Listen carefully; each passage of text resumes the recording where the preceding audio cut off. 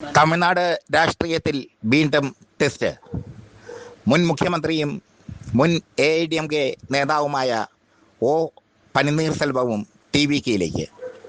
വിജയ്ക്ക് കരുത്ത് പകരുന്ന തീരുമാനം. ഒ പനീർസെൽവം ഒരു കാലത്ത് ജയലളിതയുടെ വിശ്വസ്തനായിരുന്നു.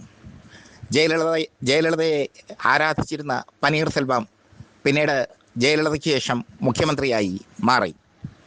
ജയലളിത അസുഖബാധിതയായി ഇരുന്നപ്പോൾ കാവൽ മുഖ്യമന്ത്രിയായി തമിഴ്നാട് ഭരിച്ചത് പനീർസെൽവമാണ്. പിന്നീട് AIDMKയിൽ ഗ്രൂപ്പ് തർക്കം സജീവമായി. ശശികലയും പളനിസ്വാമിയും പനീർസെൽവവും ഓതിരം കടകം പറഞ്ഞു വെട്ടി. പിന്നീട് AIDMK വിട്ടുപോയി പനീർസെൽവം. ഇപ്പോൾ DMKയിലാണ് പനീർസെൽവം. DMKയുടെ MLA ആണ് പനീർസെൽവം. DMKയിൽ ചേരാൻ പനീർസെൽവം തീരുമാനിച്ചത് തമിഴ്നാട്ടിൽ വലിയ ചർച്ചകൾക്ക് ഇടവരുത്തിയിരുന്നു. പനീർസെൽവത്തിന് ശക്തമായ സ്വാധീനമുണ്ട് തമിഴ്നാട്ടിൽ ഇപ്പോഴും. തമിഴക രാഷ്ട്രീയത്ത് പനീർസെൽവം ഇപ്പോഴും സജീവ സാന്നിധ്യം തന്നെയാണ്. DMK വിട്ട് TVKയിലേക്ക് പനീർസെൽവം പോകുന്നു എന്നുള്ളതാണ് ഏറ്റവും ഒടുവിലത്തെ സൂചന.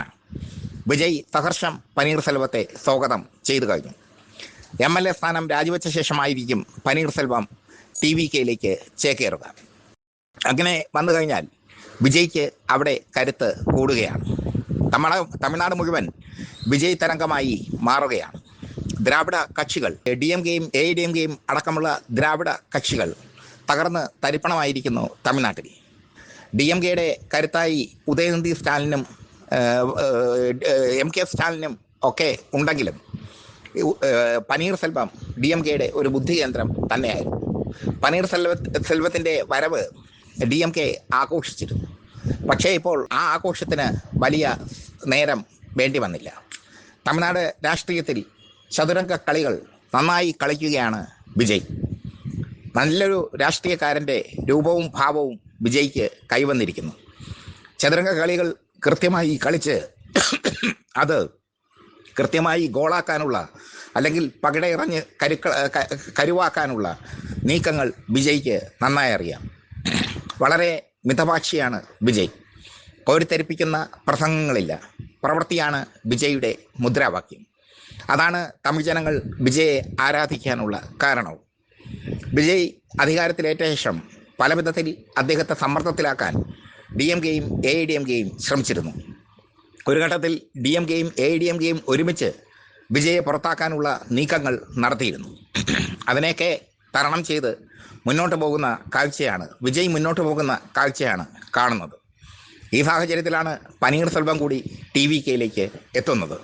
തലമുതിർന്ന തമിഴ്നാട്ടിലെ നേതാവ്, തലമുതിർന്ന ദ്രാവിഡ നേതാവ്. ഇപ്പോൾ DMKയിലാണെങ്കിലും DMKയിൽ അദ്ദേഹം തൃപ്തനല്ല. DMKയുടെ ശക്തി അനുദിനം ചോർന്നു വരുന്നു തമിഴ്നാട്ടിൽ. അപ്രതീക്ഷിതമായ ഒരു പരാജയമാണ് കഴിഞ്ഞ നിയമസഭാ തെരഞ്ഞെടുപ്പിൽ DMKയ്ക്ക് നേരിടേണ്ടി വന്നത്. ശക്തമായ തിരിച്ചടിയാണ് DMKയ്ക്ക് നേരിടേണ്ടി വന്നത്. സ്റ്റാലിൻ അടക്കം പരാജയപ്പെടുന്ന ഒരവസ്ഥ ഉണ്ടായി. സ്റ്റാലിൻ പരാജയപ്പെട്ടത് DMKയ്ക്ക് കനത്ത ഷോക്കായി മാറി. ഉദയനിധി സ്റ്റാലിനാണ് തമിഴ്നാട്ടിലെ പ്രതിപക്ഷ നേതാവ്. ഉദയനിധി സ്റ്റാലിനെ പോലെ തിളങ്ങാൻ സാധിക്കുന്നുമില്ല. രാഷ്ട്രീയ കളികൾ അദ്ദേഹത്തിന് വശവുമില്ല. അതൊക്കെയാണ് ഉദയനിധി സ്റ്റാലിൻ്റെ പരിമിതി. മറുവശത്ത് വിജയ് കരുത്താർജിക്കുകയാണ്. വിജയെ സമ്മർദ്ദത്തിലാക്കാൻ AIDMKയും DMKയും അടക്കമുള്ള കക്ഷികൾ പരമാവധി ശ്രമിക്കുന്നുണ്ടെങ്കിലും അതിനെയൊക്കെ തരണം ചെയ്തുകൊണ്ട് വിജയ് മുന്നോട്ട് പോകുന്നു. തമിഴ്നാട് രാഷ്ട്രീയത്തിൽ ടെസ്റ്റുകളാണ് സംഭവിച്ചുകൊണ്ടിരിക്കുന്നത്. തമിഴ്നാട് മണ്ണിൽ ഏതൊക്കെ നേതാക്കൾ TVKയിലേക്ക് എത്തുമെന്ന് ഇനി വരും ദിവസങ്ങളിൽ തിരിച്ചറിയാൻ സാധിക്കും.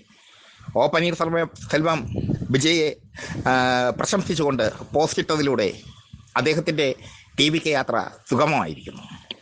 വിജയാകട്ടെ പുതിയ നേതാക്കളെയും പാരമ്പര്യമുള്ള നേതാക്കളെയും പാർട്ടിയിലേക്ക് എടുത്തുകൊണ്ട് രാഷ്ട്രീയ കരുക്കൾ നന്നായി നീക്കുന്നു.